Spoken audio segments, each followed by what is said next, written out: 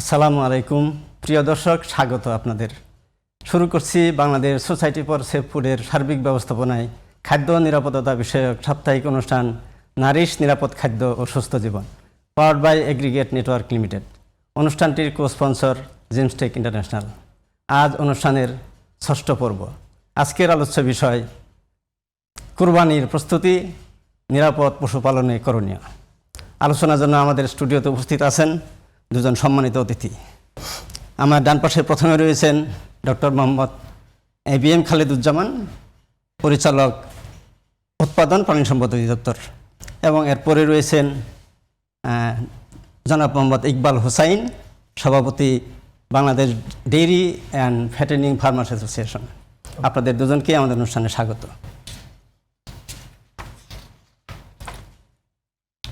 প্রথমে doctor ABM Khaleduzzaman, আপনার কাছে জানতে চাই, নিরাপদ পশুপালন বলতে আসলে আমরা কি বুঝি? ধন্যবাদ Bangladesh society for safe food এবং জিটিভিকে এ ধরনের একটা সময়োপযোগী আলোচনা পর্বের জন্য। নিরাপদ পশু বলতে আমরা প্রথমেই বুঝি সুস্থ, সবল এবং নীরব পশু। এবং নিরাপদ পশুপালন বলতে আমরা বুঝি যে সুস্থ, সবল ও নিরাপদ পশু তৈরি করতে কি প্রক্রিয়ায় আমরা এই পশুপালনটা করি। তো সেই জন্য মৎস্য প্রাণী সম্পদ মন্ত্রণালয় এবং প্রাণী সম্পদ অধিদপ্তর সহ আমাদের যারা খামারি ভাই আছে, বিশেষ করে কুরবানিকে কেন্দ্র করে আমরা একযোগে এই কার্যক্রমটা পরিচালনা করি। আমাদের অনেকগুলো কার্যক্রমের মধ্যে একটা হলো খামারিদের প্রশিক্ষণ করা, কিভাবে সে নিরাপদ পশুপালন করবে।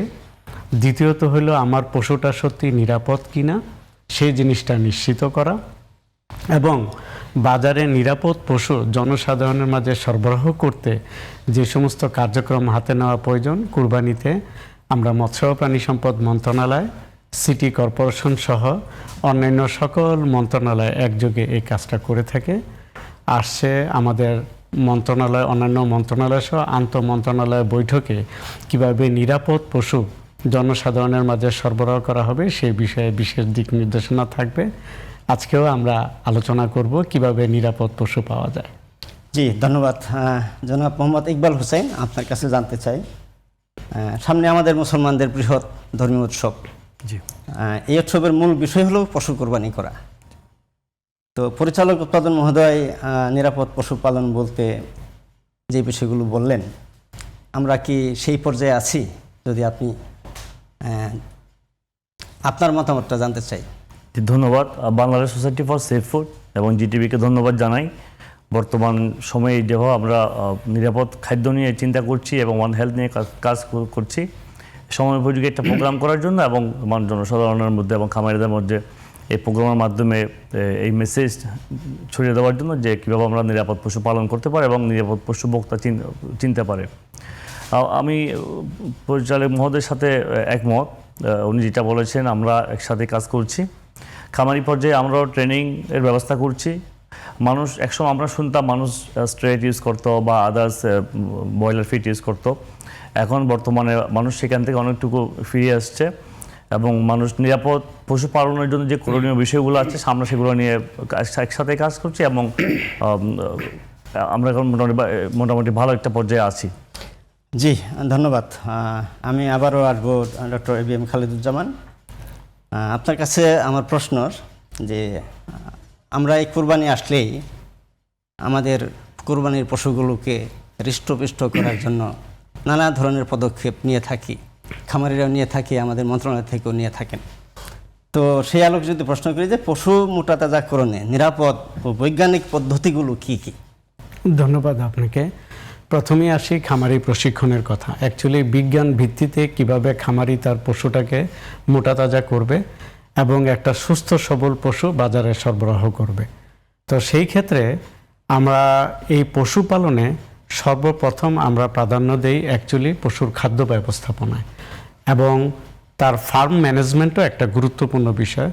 তো যেহেতু খাদ্য ব্যবস্থাপনায় অধিকাংশ খরচ 65 থেকে 70% খরচ কিন্তু তার খাদ্য ব্যবস্থাপনায়। তো খাদ্য উপাদান যদি সঠিক না হয় এবং কম খরচে কিভাবে ভালো খাদ্য উপাদান আমরা খামারি তার ফিডিং ম্যানেজমেন্টের মাধ্যমে গবাদি পশুকে হৃষ্টপুষ্ট করবে সেই প্রশিক্ষণটা দিয়ে থাকি। এই ক্ষেত্রে কিছু প্যাকেজ আমাদের আছে, সেগুলি যদি আপনাকে বলি, যেমন গবাদি পশুকে কোনো প্রকার অন্য ওষুধ উপায় অবলম্বন ছাড়া আপনারা ধরেন ইউরিয়া মোলাসেস স্ট্র, তারপরে urea molasses multi nutrition block, অনেকগুলো বৈজ্ঞানিক পদ্ধতি আছে যেগুলো ব্যবহারের মাধ্যমে সে গবাদি পশুকে হৃষ্টপুষ্ট করতে পারে। এবং আপনার অবগতির জন্য জানাচ্ছি, এই বৈজ্ঞানিক পদ্ধতিতে একটা গরু প্রতিদিন 800 থেকে প্রায় 1 কেজি পর্যন্ত বৃদ্ধি করা সম্ভব। সেই ক্ষেত্রে আমরা ন্যাচারালি জানি যে স্টোর ডাইজেস্টিবিলিটি 35 to 40%, কিন্তু আমরা যদি চিটাগুড় এবং ইউরিয়া অ্যাড করে এই প্যাকেজটার মাধ্যমে গবাদি পশুকে খাওয়াই, তাহলে আমার স্টোর ডাইজেস্টিবিলিটি 50%-এর উপরে চলে যায়। শুধু তাই না, ইউরিয়া সাপ্লিমেন্ট করার ফলে কিন্তু খাদ্যের প্রোটিন পার্সেন্টেজটাও বাড়ে। সেটার একটা নির্দিষ্ট মাত্রা আছে, অবশ্যই গর্ভবতী পানিকে ইউরিয়া খাওয়ানো যাবে না। ধন্যবাদ। এছাড়া আছে ইউরিয়া মোলাসেস মাল্টিনিউট্রিশন ব্লক এবং আদার প্রজেক্টগুলো আছে। শুধু তাই না, আমরা কিন্তু এখন খামারিদেরকে কিভাবে গোখাদ্য ফরেস্ট বেসড ফিডিংয়ের মাধ্যমে, আমরা জানি যে যারা বয়স্ক মানুষ, যারা কার্ডিওভাস্কুলার রোগী আছে, তারা কিন্তু মাংসের ইন্ট্রামাসকুলার ফ্যাট তারা অ্যাভয়েড করে, তারা এটা পছন্দ করে না। তো ফরেস্ট বেসড ফিডিংয়ের মাধ্যমে আজকে যদি মাংসের ইন্ট্রামাসকুলার ফ্যাট কমাইতে পারি, মাংসে বাড়তি চর্বি কমাইতে পারি, এটাও কিন্তু আমাদের বয়স্ক মানুষের জন্য প্রথম পছন্দ। সুতরাং শুধু নিরোগ হলেই হবে না, আমার মাংসের গুণগত মান সঠিক আছে কিনা দেখতে হবে, সেটাও কিন্তু প্রশিক্ষণ প্রয়োজন। ধন্যবাদ। আপনার কাছে আরেকটি প্রশ্ন, সাধারণ মানুষ আসলে কিভাবে বুঝবেন যে এই পশুটা নিরাপদভাবে, অর্থাৎ ক্ষতিকরভাবে মোটাতাজা করা হয়নি? এটা পশু দেখে আমরা কিভাবে বুঝতে পারবো? মৎস্য প্রাণী সম্পদ মন্ত্রণালয়ের নির্দেশনায় আমরা কিন্তু কুরবানি ঈদের জনসচেতনতামূলক কিছু কাজ আমাদের থাকে, লিফলেট, প্রচার প্রচারণা, টিভি, মিডিয়া, আপনারাও আমাদের গুরুত্বপূর্ণ অংশীদার। অ্যাকচুয়ালি এই কুরবানি উপলক্ষে বাজারে যখন আপনি একটি গরু দেখবেন, গরুটা অবশ্যই, এটা যে কোনো প্রাণী, আপনি দেখবেন তার চোখ উজ্জ্বল থাকবে, ছলছল করবে, নেজ নাড়বে এবং সমস্ত গরুটার মুভমেন্ট হবে প্রাণোচ্ছল। কিন্তু একটা অসুস্থ গরু কিন্তু সে ঝিমুতে থাকে, আপনি দেখবেন তার চোখটা ঘোলাটে থাকে, সে ঝিমুতে থাকে। এছাড়া আমরা যেটা প্রধানত আলোচনা করি বা জেনে থাকি, যেটাও এটা এখন একেবারে নেই বললেই চলে, যে প্রায় আলোচনায় আসে যে ওষুধ উপায়ে যারা মোটাতাজা করে, সেক্ষেত্রে গরুর চামড়া কিন্তু এডিমা হয়, চামড়ার নিচে পানি জমে, এবং কেউ যখন গরুর চামড়াতে চাপ দিবে সেটা গর্তের মতো থাকবে। এটা একটা ইন্ডিকেটর। যদি কোনো কারণে কোনো স্টেরয়েড বা হরমোন গরু মোটাতাজাকরণে ব্যবহার করা হয়, তাইলে দেখা যাবে যে তার ওয়াটার কন্টেন্ট, রিটেনশনটা বেড়ে যায় এবং সেই গরু কিন্তু অত্যন্ত দেখতে অসুস্থ, তার ভিতরে কোনো চঞ্চলতা থাকবে না, নেজ নাড়বে না, চোখ, এই জাতীয় সিমটমগুলো আমরা সবাইকে সচেতনতা। জি, ধন্যবাদ। আশা করি আমাদের দর্শকরা বুঝতে পারছেন। আমি আসবো জনাব মোহাম্মদ ইকবাল হুসাইন আপনার কাছে, যে কোনো পশু থেকে অধিক মাংস পেতে খামারে কী ধরনের খাবার নির্বাচন করে থাকেন, যেখানে পশুর দৈহিক বৃদ্ধি কিন্তু গুরুত্বপূর্ণ একটা বিষয়? জি, ধন্যবাদ। আসলে দুইটা বিষয়, একটা পশু থেকে অধিক মাংস পাওয়া, পাশাপাশি এটা নিরাপদ হওয়া, যেন এটা ভোক্তা যেন এখান থেকে মাংসটাকে সেই জন্য নিরাপদ থাকতে পারে, এটা যেন স্বাস্থ্যের জন্য যেন ক্ষতিকারক না হয়। জি, এই ক্ষেত্রে পশুপালনের ক্ষেত্রে যারা শর্ট টার্ম পশুপালন করে 90 দিন বা 120 দিনে যারা নিয়ে মোটাতাজাকরণের কাজ করে, এক্ষেত্রে আমরা কয়েকটা দিককে প্রাধান্য দিয়ে থাকি। প্রথম হচ্ছে পশু নির্বাচন। পশু নির্বাচনের ক্ষেত্রে জেনেটিক্স একটা বড় ইস্যু। এখানে আমরা যদি একটু লম্বা চওড়া, একটু বড় সড়ো, যদি যেটা গায়ে স্ট্রাকচার আছে কিন্তু গায়ে মাংস নাই, সেরকম পশু সিলেক্ট করতে পারে, তাহলে খামারে লাভবান হয়। এরপরে হচ্ছে এখানে এটাকে খাবারের কথা বলতেছিলাম, যে কি ধরনের খাবার আসলে আসছে, যে মানে এগুলোর সাথে খাবারটা রিলেটেড, আমি জন্য একটু বুঝিয়ে জিনিসটা বলছি আপনাকে। জি, পাশাপাশি কয়েকটা বিষয়ের সাথে খাবারেরটা ডিপেন্ড করবে। আপনি শুধু খাবার দিবেন, কিন্তু খাবার দেওয়ার আগে যে প্রিকশনগুলো মেনটেন করবেন না, তাহলে কিন্তু আপনার গরুটা মোটামুটি হবে না, খাবারের আউটপুটও পাবে না। সেই জন্য এই বিষয়গুলো আমি সামনে আনছি। প্রথম কথা হচ্ছে আপনাকে এটাকে কৃমিমুক্ত করতে হবে। এটা যদি প্রোটোজোয়া বা থাইলেরিয়ার কোনো ইস্যু থাকে, সেটা টেস্ট করে সেটার ব্যবস্থা নিতে, সেটা ট্রিটমেন্ট দিতে হবে। এবং এটা নিউট্রিশনাল যদি কোনো ডেফিসিয়েন্সি থাকে সেটাও কিন্তু মাথায় রাখতে হবে। প্রথম 3 মাসের যদি একটা প্যাকেজ নেওয়া হয়, এখানে 13 থেকে 14% প্রোটিন এবং কার্বোহাইড্রেট, এনার্জি দুইটা পাশাপাশি সমন্বয় করে যদি আমরা রেশন করতে পারি, খাবার রেডি করতে পারি, সাথে কিছু গরুর যে আপনার মিনারেলসের যে ঘাটতি থাকে সেটা যদি ফিল আপ করতে পারে, তাহলে কিন্তু একটা সুস্থ সবল গরু হবে এবং খামারিও লাভবান, লাভের মুখ দেখবে, ভোক্তাও ভালো একটা গরু পাবে। ততএব আপনার খাদ্যের মধ্যে পাশাপাশি খাদ্যের মধ্যে আপনার 50% কনসেন্ট্রেট এবং 50% রাফিস বলতে আমরা হে সাইলেস বলতে পারি, ড্রাই হে আছে, কাঁচা ঘাস আছে, এগুলো সমন্বয় করতে হবে। আপনি যদি শুধুমাত্র কনসেন্ট্রেট দিয়ে গরু পালতে যান তাহলে কিন্তু খামারি লাভের মুখও দেখবে না, জি। এবং এখানে গরুর অ্যাসিডোসিস হবে, অন্যান্য সমস্যাগুলো সৃষ্টি হবে। সুতরাং আপনার কনসেন্ট্রেট এবং রাফেজের সমন্বয় করে প্রপার রেশন করেই কিন্তু এটা করতে পারবে। এক্ষেত্রে আমরা আমাদের অ্যাসোসিয়েশনের পক্ষ থেকে যে কেউ কোনো সহযোগিতা চাই আমরা সহযোগিতা। জি, ধন্যবাদ। আপনাকে আরেকটা বিষয় প্রশ্ন করি যে মোটা তাজাকরণে অনেক সময় জি অনিরাপদ পদ্ধতির কথা শোনা যায়।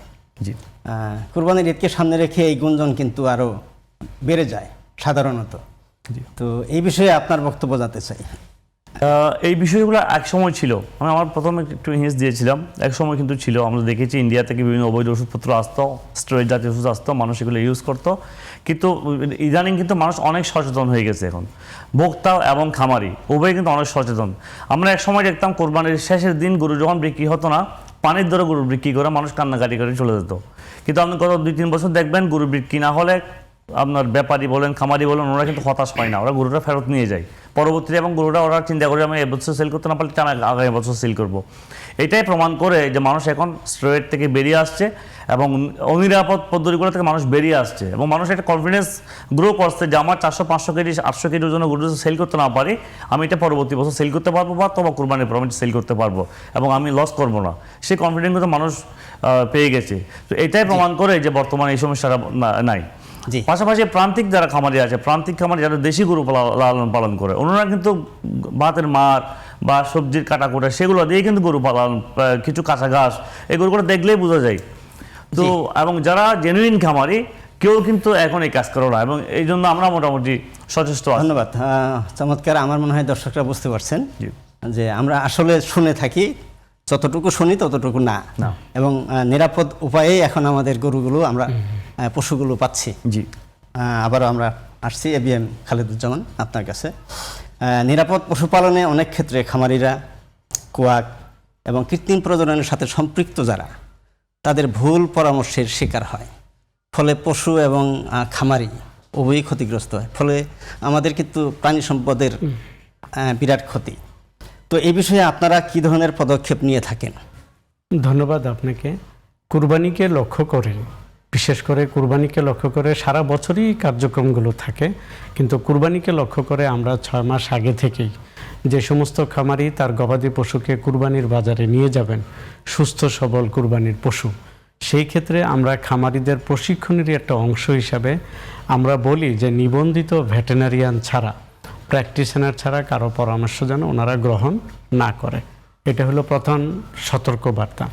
সেই ক্ষেত্রে যারা অনিবন্ধিত, ডাক্তার নামে অনিবন্ধিত ব্যক্তি, এবং এই ক্ষেত্রে দেখা গেছে যে আমাদের অন্যান্য মাঠ সহকারীও হয়তো বা তাদের সাথে ইনভলভ থাকে, এই জন্য আমরা মনিটরিংটা জোরদার করি যে আমাদের যারা প্রাণী সম্পদ দপ্তরের সাথে সংশ্লিষ্ট, যারা গবাদি পশু বা খামারিদেরকে সাপোর্ট সার্ভিস প্রদান করে থাকে, তাদেরকে আমরা স্ট্রিক্ট নির্দেশনা দিয়ে থাকি যে কুরবানি, সুস্থ সবল কুরবানি পশু নিশ্চিত করার লক্ষ্যে কোনো প্রকার অনিবন্ধিত কোনো ব্যক্তিবর্গের কাছ থেকে কোনো পরামর্শ নেওয়া যাবে না, নাম্বার 1। নাম্বার 2 হইল, যদি কেউ এ ধরনের কার্যক্রমে লিপ্ত থাকে, আমরা তাহলে বাংলাদেশ ভেটেরিনারি কাউন্সিল অ্যাক্ট 2019 এবং আমাদের যে পশুরোগ আইন আছে, মোবাইল কোড অ্যাক্ট আছে, এই প্রত্যেকটা রিলিজে আমরা মোবাইল কোড করি, আমরা নিয়মিত মোবাইল কোড করি। এই মোবাইল কোডে যারা এই গবাদি পশু চিকিৎসা, অনিবন্ধিত পশু চিকিৎসক এবং অথবা বাইরের অনিবন্ধিত ব্যক্তিবর্গ যাদের ভেটেরিনারি প্র্যাকটিশনার হিসাবে নিবন্ধন নেই, তাদেরকে আমরা রোধ করি এবং জরিমানা করি। That number 2। নাম্বার 3 হলো, আমরা খামারিদেরকেও বলে থাকি যে আপনাদের feed management, farm management, vaccination নিরাপদ পশু সরবরাহের লক্ষ্যে যারাই কোনো পরামর্শ দিবে এটা আপনার যে উপজেলা ডক্টর আছে বা ভেটেরিনারি সার্জন আছে তাদের সাথে পরামর্শ করবেন। জি অনেক সময় আছে না খামারিকে অনেক জি, জি, পরামর্শ জি, দেয়, জি। তো সেই জায়গাগুলো আমরা ক্রস চেক করি এবং আমাদের এই মনিটরিং সারা দেশব্যাপী আছে। জি ধন্যবাদ। নিশ্চয়ই এই বিষয়ে আমাদের যারা এই পালনের সাথে জড়িত তাদের এই বিষয়গুলো আরো সতর্ক হবেন। তো আমি মোহাম্মদ ইকবাল হোসেন আপনার কাছে জানতে চাই, নিরাপদ পশুপালন ও মোটাতাজাকরণে খামারিদের সচেতন করতে আপনাদের অ্যাসোসিয়েশনের পক্ষ থেকে কী ধরনের পদক্ষেপ নিয়ে থাকেন? জি ধন্যবাদ। আমি যেহেতু কোরবানি কেন্দ্রিক প্রোগ্রাম হওয়ার তা আপনি নিরাপদ পশুপালন নিয়ে বলছেন, আমি কেন নিরাপদ পশুর সাথে নিরাপদ দুধটাও অ্যাড করতে পারি, যেহেতু আমাদের প্রোগ্রামগুলো কম্বাইন হয়। তো আমরা আমাদের অ্যাসোসিয়েশনের পক্ষ থেকে বিগত বছরগুলোতে আমরা দেশি বিদেশি এক্সপার্টদেরকে নিয়ে বেশ কিছু প্রোগ্রাম করেছি। আমরা হোপ ট্রিমিংয়ের উপর প্রোগ্রাম করেছি, আমাদের নেদারল্যান্ড থেকে এক্সপার্ট নিয়ে আসছিলাম, ইন্ডিয়া থেকে আমাদের বেশ কিছু অভিজ্ঞ ডক্টর এসেছেন এবং আমাদের ডিএলএসের অবসরপ্রাপ্ত যারা অভিজ্ঞ ডক্টর আছেন যারা দীর্ঘদিন এই সেক্টরে কাজ করেছেন এবং এখনও নিরলসভাবে কাজ করে যাচ্ছেন, ওনাদেরকে নিয়েও আমরা কিন্তু বেশ কিছু ট্রেনিং প্রোগ্রাম করেছি। এবং সাইলেন্সের বর্তমান যেটা রেগুলেশন বাংলাদেশে, এটা কিন্তু আমাদের প্রচারণা ট্রেনিংয়ের কারণে হয়েছে। প্রথম দিকে কিন্তু সাইলেন্স কীভাবে করতে হয় মানুষ বেশ একটা ইয়ার মধ্যে ছিল, মানে কঠিন ছিল কাজটা মানুষের জন্য। কিন্তু ডে বাই ডে এখন দেখবেন আপনি সারা বাংলাদেশে চরাঞ্চল থেকে শুরু করে রংপুর থেকে চট্টগ্রাম নিয়ে একদম কক্সবাজার এমন কোনো জায়গা পাবেন না যেখানে খামারিরা সাইলেন্স করে না। এখন মানুষ অল্প স্বল্প 5-10 বিঘা জমিতেও সাইলেন্স করতেছে, আবার লার্জ স্কেলে কিন্তু বেশ কিছু উদ্যোক্তা কিন্তু সাইলেন্স প্রদর্শন করছে। সব কিছু মূলত আমাদের ট্রেনিং প্রোগ্রামগুলোর কারণেই কিন্তু এই কাজটা হয়েছে। জি থ্যাংক ইউ, মানে খুব চমৎকার। আমরা যদি আরেকটা বিষয় বলি যে মোটাতাজাকরণে বিভিন্ন ধরনের স্টেরয়েডের কথা আমরা শুনি, নিষিদ্ধ এই ওষুধ বিকল্প ধরনের খাবার আপনারা কি চিন্তা করে থাকেন? বিকল্প খাবার বলতে আমি প্রথমে যেটা বলেছিলাম যে আসলে এটা একটা প্রসেস, আমরা এটা কোনো একটা নিরাপদ পশু রেডি করে একটা 15 দিনের কাজ না, 1 মাসের কাজ না, মিনিমাম 3 মাস থেকে 4 মাস, লং টাইম চিন্তা করলে 1 বছর জন্য আপনাকে কিন্তু কাজ করতে হবে। আপনি যদি উইনিং পিরিয়ড থেকে চিন্তা করেন তাহলে আপনাকে একটা প্রসেসে যেতে হবে, এবং আপনি যদি শর্ট টার্ম করতে চান আপনাকে অন্য একটা প্রসেসে যেতে হবে। এক্ষেত্রে যদি রেশনটাকে ব্যালেন্স করা যায় তাহলে কিন্তু অটোমেটিক্যালি পশু ওয়েট গেইন করবে যদি ব্যালেন্স রেশন হয়। পাশাপাশি সবচেয়ে গুরুত্বপূর্ণ যেটা সেটা হচ্ছে ফ্রেশ ওয়াটার। আমরা হাউসফুল ফার্মিং যেটা করি, আমরা গরুকে বেঁধে রাখি, 2 বেলা দিনে খাবার দিই, পানি দিয়ে খাবারটা মিক্স করে দিই, সারাদিন গরুকে পানি খেতে দিই না। এবং বর্তমান যে তাপমাত্রা, আমি আমার আজকের এই অনুষ্ঠানের মাধ্যমে আমি খামারের বাইদেরকে সচেতন করতে চাই যে আপনারা খাবার দেওয়ার পরে 24 আওয়ার্স ফ্রেশ ওয়াটার নিশ্চিত করুন। একটা গরুর দিনে কমপক্ষে 50 থেকে 75 লিটার পানি কিন্তু সে পান করে। এটা যদি এনশিওর করা যায় অটোমেটিক্যালি মাংসের কোয়ালিটিও ভালো হবে, গরু কিন্তু খুব সুস্থ থাকবে। ধন্যবাদ চমৎকার ইনফরমেশন দেওয়ার জন্য। আমি ডক্টর ABM খালিদুজ্জামান আপনার কাছে আবার আসবো যে মুক্তভাবে লালন পালন করা পশু আর আবদ্ধ খামারে লালন পালন করা পশুর মধ্যে কোনটা বেশি নিরাপদ? অফকোর্স মুক্তভাবে দুটোরই সুবিধা অসুবিধা আছে। আমরা যদি একটু উন্নত দেশের দিকে তাকাই, তাদের প্রচুর জমি আছে না, তাদের চারণভূমি আছে, সেখানে কিন্তু গবাদি পশু ফ্রি রেঞ্জিং সিস্টেমে পালন করা হয়। ফ্রি রেঞ্জিং সিস্টেমে পালনের সুবিধাগুলো হলো অবশ্যই তাদের রেঞ্জ ম্যানেজমেন্ট ভালোভাবে করতে হয়, কারণ চারণভূমিতে যদি প্যারাসাইটস থাকে বা অন্যান্য অর্গানিজম থাকে সেই ক্ষেত্রেও গবাদি পশু এফেক্ট হতে পারে। সেই চারণভূমির ব্যবস্থাপনার উপরে ভিত্তি করে ফ্রি রেঞ্জিং সিস্টেমে যদি গবাদি পশু পালন করা হয়, শুধু এটা সুস্থ নিরাপদ পশুই হবে না, সেক্ষেত্রে কিন্তু খরচও কমবে। Right, number 1। তা আমাদের দেশের সীমাবদ্ধতা হলে আমাদের পর্যাপ্ত চারণভূমি নেই, সুতরাং আমাদেরকে সেমি ইন্টেন্সিভ মেথডে কিছুক্ষণ ঘরে আবদ্ধ করে রাখা হয় এবং আমাদের যে সামান্য জায়গা আছে উঠোনের মতো আছে সেখানে গরুকে চড়ানো হয়। তো আমরা এই সেমি ইন্টেন্সিভ পদ্ধতিতে উঠোনে বা রোদে গরু চড়ানোটাকে আমি প্রায়োরিটি দিব, কারণ সারাক্ষণ যদি গবাদি পশুকে আপনি আবদ্ধ করে রাখেন, পর্যাপ্ত সানলাইট না পায়, তার যদি ফিজিক্যাল এক্সারসাইজ না হয়, তাইলে কিন্তু তার মেটাবলিজমটা বাধাগ্রস্ত হবে। এবং শুধু তাই না, সানলাইটকে বলা হয় একটা বিশাল বিশ্বের মধ্যে সবচেয়ে উপযুক্ত মেডিসিন, সানলাইট পাবে না। তো এই জন্য আমরা সবসময় আশা করি যে আবদ্ধ করে গরু পালন করলেও আপনাকে বাহিরে চড়াবেন, বাহিরে নেবেন, অন্তত প্রতিদিন 3 থেকে 4 ঘন্টা যদি গরুকে মুভমেন্ট না করানো হয়, তার আশান্বিত গ্রোথও হবে না এবং এসবে সুস্থ সবল গরুও পাবেন না। জি, আমরা মনে হয় বুঝতে পারলাম যে আসলে মুক্তভাবে আর আবদ্ধ খামারে দুটোই আসলে মানে পরিস্থিতির প্রেক্ষাপটে আমাদের আমাদের দেশে মেনটেন করতে হবে। মেনটেন করা। জি, ধন্যবাদ। এরপরে এর সাথে আরেকটা কোশ্চেন, যে নিরাপদ পশুপালনে বিশেষ করে রোগ প্রতিরোধ টিকা এবং ওষুধ, এটা কতটা গুরুত্বপূর্ণ বলে মনে করেন?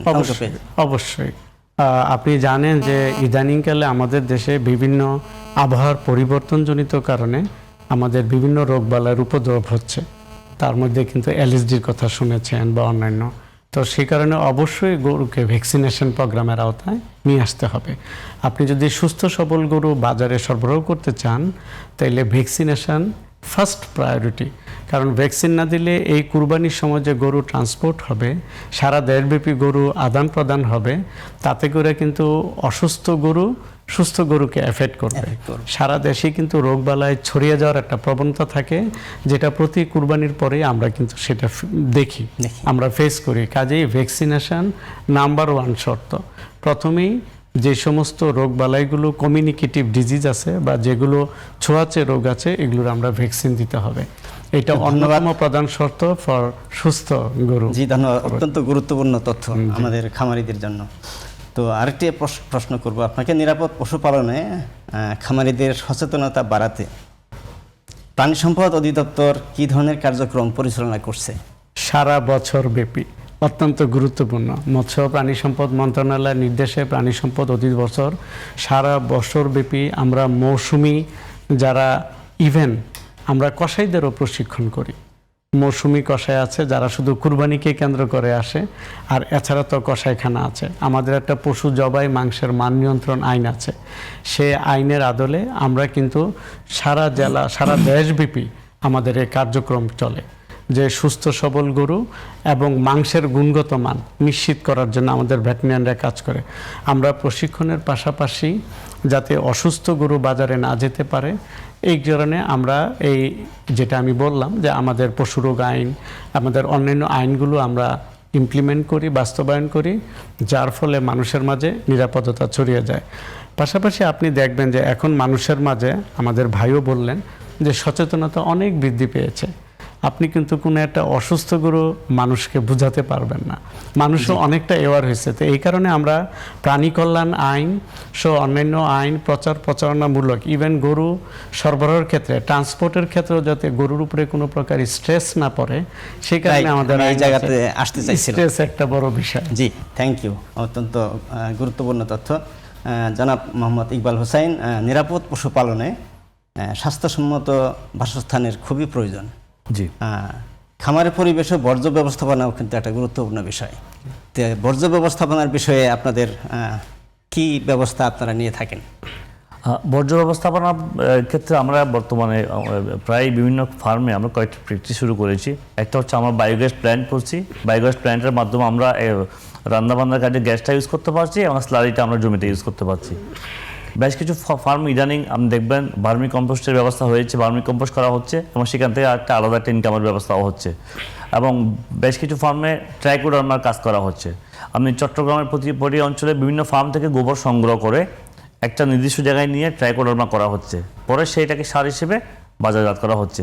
এইভাবে আমরা গোবরটাকে ম্যানেজমেন্ট করছি এবং এই কাজটা কিন্তু আরও ব্যাপক আকারে করার প্রয়োজন আছে আমাদের পরিবেশের কারণে এবং বর্তমান যেই রাসায়নিক সারের যে মূল্য এবং যে সংকট, আমি মনে করি যদি এখানে প্রপার প্ল্যানিং করা যায়, প্রত্যেকটা ফার্মের গোবরটাকে কাজে লাগানো যায়, তাহলে আমাদের সারের সংকট অনেকাংশে কমে আসবে। আর বাসস্থানের যে কথাটা বললেন, বাসস্থানের ক্ষেত্রে দেখা যায় আমরা আমাদের খামারিরা ইনভেস্টমেন্টের বড় একটা অংশ কিন্তু বাসস্থানে খরচ করে ফেলে। আমি সেটাকে নিরুৎসাহিত করতে চাই। গরুর জন্য আপনার খুব বেশি টাকা খরচ করে একদম পাকা করে করার কোনো প্রয়োজন নাই। জাস্ট উপরের চালটা প্রয়োজন এবং স্পেস প্রয়োজন। যদি সেমি ইন্টেন্সিভভাবে ফার্ম করতে হয়, জাস্ট কিছু চারি যদি করে দেওয়া হয় বা লম্বা করে চারি করা হয় এবং পানির 24 আওয়ার্স পানি রাখার জন্য যদি ব্যবস্থা করা হয়, তাহলে কিন্তু খুব কম খরচে মানুষ গরু পালতে পারে। জি, ধন্যবাদ। আমি যদি ছোট্ট আরেকটা প্রশ্ন করি আপনাকে, যেহেতু আপনারা মানে একটা অ্যাসোসিয়েশন, জি, খামারিদের, বিশেষ করে ডেয়ারি এবং ফ্যাটেনিংয়ের সাথে সম্পৃক্ত খামারিরা, জি, তো সকল খামারিদেরকে কি আপনাদের এই সোসাইটির এই অ্যাসোসিয়েশনের অধীনে আপনারা আনতে পারছেন কিনা, যদি সংক্ষেপে বলেন? আমরা পেরেছি, আমরা শুরু করেছি প্রায় 2 বছর মতো হচ্ছে। আমরা প্রত্যেকটা জেলা এবং বিভাগ অলরেডি কার্যক্রম শুরু করেছি। অলমোস্ট আমাদের জেলা এবং বিভাগের বেশ কিছু খামারি আমার সাথে সম্পৃক্ত আছেন এবং ডে বাই ডে নতুন নতুন খামারিরা সংযুক্ত হচ্ছেন। জি, তো নিরাপদ পশুপালনে আপনারা সরকারের কাছে জি, কি ধরনের সহায়তা পেয়ে থাকেন বা আশা প্রকাশ করেন? সরকারের কাছ থেকে আপাতত ট্রেনিং এবং উপজেলা পর্যায়ে আমাদের ভেটেরিনারিয়ান যারা আছেন ওনারা আমাদের ফার্মারদেরকে সাথে কাজ করছেন, কিন্তু ওনাদেরও লিমিটেশন আছে। আমাদের জনবলের সংকট আছে, আমাদের প্রায় উপজেলা অফিসগুলোতে কিন্তু কর্মীর সংকট আছে। রিসেন্টলি কিছু মনে রিক্রুট হয়েছে, কিন্তু এর পুরো বিশাল একটা ঘাটতি রয়ে গেছে। প্রায় উপজেলায় দেখবেন যে হয় ইউএলও সাহেবরা থাকবে না, না হলে বিএস নাই, এই সমস্যাগুলো আছে। আমাদের দাবি হচ্ছে অতি সত্বর এই পদগুলো ফিল আপ করা। এটা যদি হয়ে যায় তাহলে আমাদের এই যে আপনি যে একটু আগে বললেন না যে জি, ছোট ছোট খামারিদেরকে চিকিৎসা ক্ষেত্রে যে আপনার অবৈধ ট্রিটমেন্টের যে একটা ইস্যু আসছে না, সেটা কিন্তু থাকবে না। সে যদি প্রপার ট্রিটমেন্টটা যদি প্রপার জায়গায় গিয়ে পাই, তা সে আর কোয়াকের কাছে কিন্তু যাবে জি, না। বুঝতে পারছি। ধন্যবাদ আপনাকে। আমরা অনুষ্ঠানের শেষের দিকে চলে আসছি। ডক্টর এবিএম খালেদুজ্জামান, আপনার কাছে কি মনে হয় যে আগামী ঈদে যারা কুরবানি দেবেন তারা শতভাগ নিরাপদ পশু পাবেন? আমরা আশা করছি আমাদের যে কার্যক্রম, আমরা এই কুরবানিকে লক্ষ্য করে মন্ত্রণালয়ের নির্দেশে আমরা সমস্ত স্টেক হোল্ডারদের নিয়ে, অ্যাসোসিয়েশনদের নিয়ে একযোগে কাজ করছি। সারা দেশে খামারিদের প্রশিক্ষণের আওতায় নিয়ে আসছি এবং সুস্থ সবল গবাদি পশু সরবরাহের লগে আমরা প্রাণী সম্পদ অধিদপ্তর, মৎস্য প্রাণী সম্পদ মন্ত্রণালয় প্রতিশ্রুতিবদ্ধ এবং বিগত বছরের অভিজ্ঞতা থেকে এতটুকু বলতে পারি যে আমরা কুরবানিতে শতভাগ আমাদের দেশীয় গরুরতেই আমরা ইনশাল্লাহ আমাদের সরবরাহ হবে। এবং অনেক ধন্যবাদ। আমি একই প্রশ্ন আপনাকে করব যে আপনাদের খামারিদের পক্ষ থেকে আপনারা কি নিশ্চিত যে আমাদের যারা গরু কুরবানি দিবেন বা পশু কুরবানি দিবেন তারা নিরাপদ পশু পাবেন? জি, অবশ্যই আমি নিশ্চিত পাবেন ইনশাআল্লাহ। সেই লক্ষ্যে আমরা কাজ করে যাচ্ছি।